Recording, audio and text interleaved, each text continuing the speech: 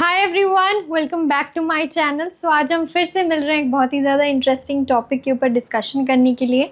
ये टॉपिक फिर से हमारी हेल्थ के अराउंड रिवॉल्व करता है। आज हम डिस्कस करने वाले हैं कि हमारी लाइफ में ऐसे कौन से कॉमन फूड कॉम्बिनेशंस हैं जो हम डे टू डे लाइफ में कंज्यूम कर रहे हैं बट बहुत ज़्यादा अनहेल्दी है।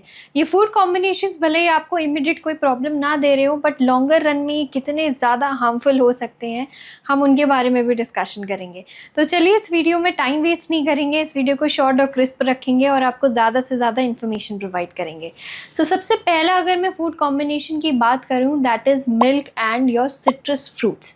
सिट्रिक फ्रूट्स क्या होते हैं, उनमें वो नेचर में एसिडिक होते हैं एंड जो हमारा मिल्क होता है it is rich in vitamins, minerals and lot of calcium. तो कैल्शियम इज़ बेसिकली हमारी बोन्स को एनर्जी देने के लिए, बोन्स को अच्छा मजबूत रखने के लिए और स्पेशली जो आपके जॉइंट्स होते हैं उनमें ताकत देने के लिए बहुत ही ज़्यादा एक अच्छा सोर्स माना जाता है। और फ्रूट्स अपने आप में बहुत सारे रिच होते हैं, वाइटामिन्स में एनर्जी देते हैं और आपकी स्किन को ओवरऑल बहुत अच्छा रखते हैं। लेकिन अगर मैं एक बहुत कॉमन एग्जांपल लूँ तो हम बहुत ज़्यादा मिल्क और बनाना के कॉम्बिनेशन को बहुत ज़्यादा कंज्यूम करते हैं। लेकिन अगर आप आयुर्वेदा की माने तो आयुर्वेदा ये कहती है कि मिल्क और बनाना का कॉम्बिनेशन आपके स्टमक के लिए बहुत ज़्यादा हेवी होता है।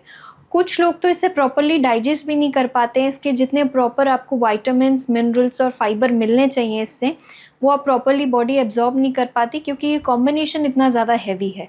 आयुर्वेदा कहती है कि इस कॉम्बिनेशन को हमें अवॉइड करना चाहिए। अगर हम चाहते हैं तो हम मिल्क और बनाना को सेपरेटली कंज्यूम कर सकते हैं, लेकिन इनका कॉम्बिनेशन आपके स्टमक में ब्लोटिंग, गैस, इंडाइजेशन और बहुत सारे ऐसे कॉम्बिनेशन जो आपके स्टमक के फायर एलिमेंट्स को डिस्टर्ब कर सकते हैं, ये एक वन ऑफ दोज कॉम्बिनेशन है। तो जितना हो सके इनको प्लेन लेने की कोशिश करें, अवॉइड करें कि सिट्रिक फ्रूट को आप या नॉर्मल कुछ फ्रूट्स को आप मिल्क के साथ कंबाइन ना करें। It is not advisable at all, specially from Ayurveda. Now next combination की बात करते हैं, that is cheese and your soft drinks. अगर आप मार्केट में जाएंगे तो बहुत ही ज़्यादा पॉपुलर कॉम्बिनेशन है पिज़्ज़ास और कोल्ड ड्रिंक का। चाहे आप डोमिनोज चले जाइए, चाहे आप पिज़्ज़ा हट चले जाइए, या बहुत सारे ऐसे पिज़्ज़ा आउटलेट अवेलेबल हैं इंडिया में नहीं, ऑल अक्रॉस द ग्लोब, जहाँ पे पिज़्ज़ा और सॉफ्ट ड्रिंक का कॉम्बिनेशन बहुत ज़्यादा मात्रा में सेल होता है। लेकिन क्या आप लोगों को पता है कि कितना ज़्यादा हार्मफुल कॉम्बिनेशन है? पिज़्ज़ा में बहुत ही ज़्यादा गंदा चीज़ ये लोग डालते हैं और भर भर के सैचुरेटेड फैट्स होते हैं उसमें।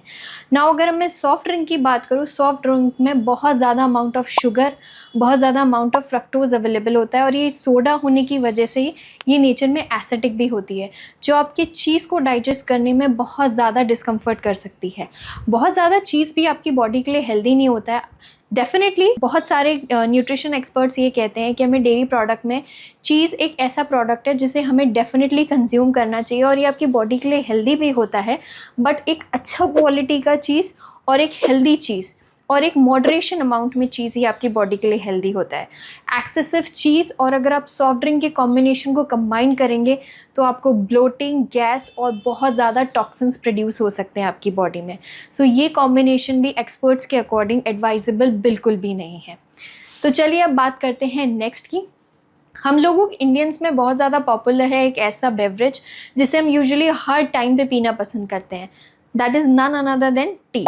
हम लोगों को चाय बहुत पसंद है, सुबह उठ रहे हैं तो चाय पी लो, पेट में दर्द हो रहा है तो चाय पी लो, सर में दर्द हो रहा है तो चाय पी लो, ब्लोटिंग हो रही है तो चाय पी लो, तो कुछ भी प्रॉब्लम हो रही है बॉडी में तो बस चाय पी लो, जो कि एक्चुअली बहुत अच्छा सल्यूशन नहीं है सारी चीज़ों के लिए।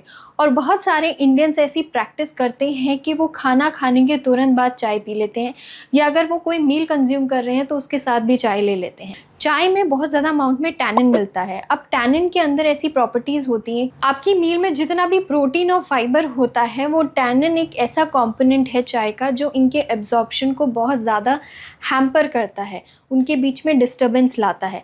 तो आपने जो न्यूट्रिशियस मील अभी खाई जिसमें आप एक्सपेक्ट कर रहे थे कि आपने बहुत ज़्यादा फाइबर कंज्यूम किया, एक अच्छे फैट्स कंज्यूम किए, बहुत सारा प्रोटीन कंज्यूम किया, लेकिन अगर उसके तुरंत बाद आपने चाय पी ली तो आपने वो सब बेकार कर दिया।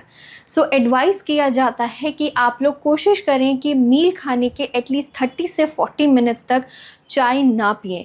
ये आपके पेट में आपके डाइजेशन को इम्पैक्ट करेगी, आपके मील के प्रॉपर न्यूट्रिशंस को एब्जॉर्ब नहीं होने देगी एंड सबसे इम्पॉर्टेंट ब्लोटिंग और इनडाइजेशन जैसे इश्यूज़ को इनवाइट करेगी। नाउ इसमें भी अगर आपको चाय पीनी है, सो ऐसा कहते हैं बहुत सारे न्यूट्रिशन एक्सपर्ट्स कि आप चाहें तो पी सकते हैं, लेकिन चाय की क्वालिटी और चाय जो टाइप है वो डिफरेंट होना चाहिए। अब डिफरेंट चाय में आप लोग हर्बल टी कंज्यूम कर सकते हैं, आप ग्रीन टी कंज्यूम कर सकते हैं। ये एक ऐसी टीज़ के लिस्ट में आते हैं जो आपके इनडाइजेशन और ब्लोटिंग जैसे इश्यूज़ को रिजॉल्व करने में पी जाती हैं। तो आप चाहें तो मील के बाद इन टीज़ को कंसीडर कर सकते हैं, लेकिन जो हम नॉर्मल चाय पत्ती और दूध वाली चाय पीते हैं उसका इस्तेमाल अवॉइड करना ही बेटर होता है, at least 30 minutes after your meal. तो चलिए बात करते हैं अब नेक्स्ट फूड कॉम्बिनेशन की। उससे पहले एक डिटेल जानना बहुत ज़रूरी है। आयुर्वेदा कहता है कि आपकी बॉडी में जो भी आप फूड कंज्यूम करते हैं वो एक डिफरेंट टाइप का टेस्ट, एनर्जी और आपकी बॉडी को एक सपोर्ट सिस्टम प्रोवाइड करता है।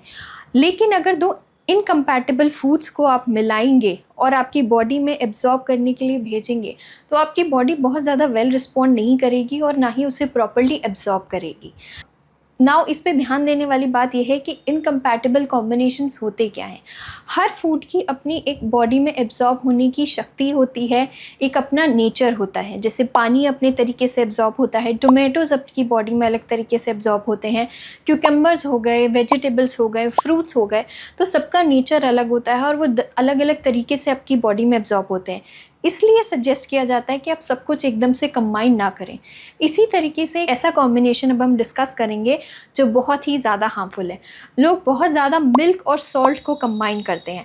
अब आप लोग सोच रहे होंगे कि यूजुअली तो हम डे टू लाइफ में मिल्क और सॉल्ट को बहुत ज़्यादा कंबाइन नहीं कर रहे, बट आप अनइंटेंशनली उसको कंबाइन कर रहे हैं। बहुत सारे लोगों को पास्ता बहुत पसंद होता है, तो पास्ता में जो वाइट सॉस बनती है उसमें हम पास्ता की जो सॉस होती है उसको दूध से बनाते हैं, एंड जब पास्ता कुक हो जाता है उस सॉस में, देन हम उसमें नमक मिला देते हैं। आप उसे कंज्यूम तो कर रहे हो, लेकिन ये बहुत ही ज़्यादा विपरीत नेचर के फूड्स हैं। नमक का अपना एक नेचर होता है, मिल्क का अपना एक नेचर है बॉडी में। जब आप इन दोनों इनकम्पैटिबल फूड्स को कंज्यूम करते हो बॉडी में, तो ये आपकी बॉडी को बहुत ज़्यादा हार्म दे रहे हैं। मे बी आपको इफ़ेक्ट्स बहुत ज़्यादा इमिडिएटली नोटिस ना हो, बट लॉन्गर रन में ये इतने ज़्यादा ख़तरनाक हैं कि आपकी बॉडी में बहुत ज़्यादा over period of time skin diseases हो सकती हैं। आपको ब्लोटिंग, इंडाइजेशन जैसे इश्यूज़ तो आ ही सकते हैं, लेकिन जितने प्रॉपर न्यूट्रिशन आपकी बॉडी उस पास्ता से एब्जॉर्ब करनी चाहिए उसमें भी बहुत ज़्यादा हिंड्रेंस आती है। एंड स्किन डिसीज़ेस बहुत ज़्यादा कॉमन है। After a lot of research ये भी देखा गया कि बहुत सारे लोगों को चर्म रोग यानी कि स्किन डिसीज़ेस बहुत कॉमन हो गई थी, जिनका पास्ता कंजम्पशन बहुत ज़्यादा रेगुलर था।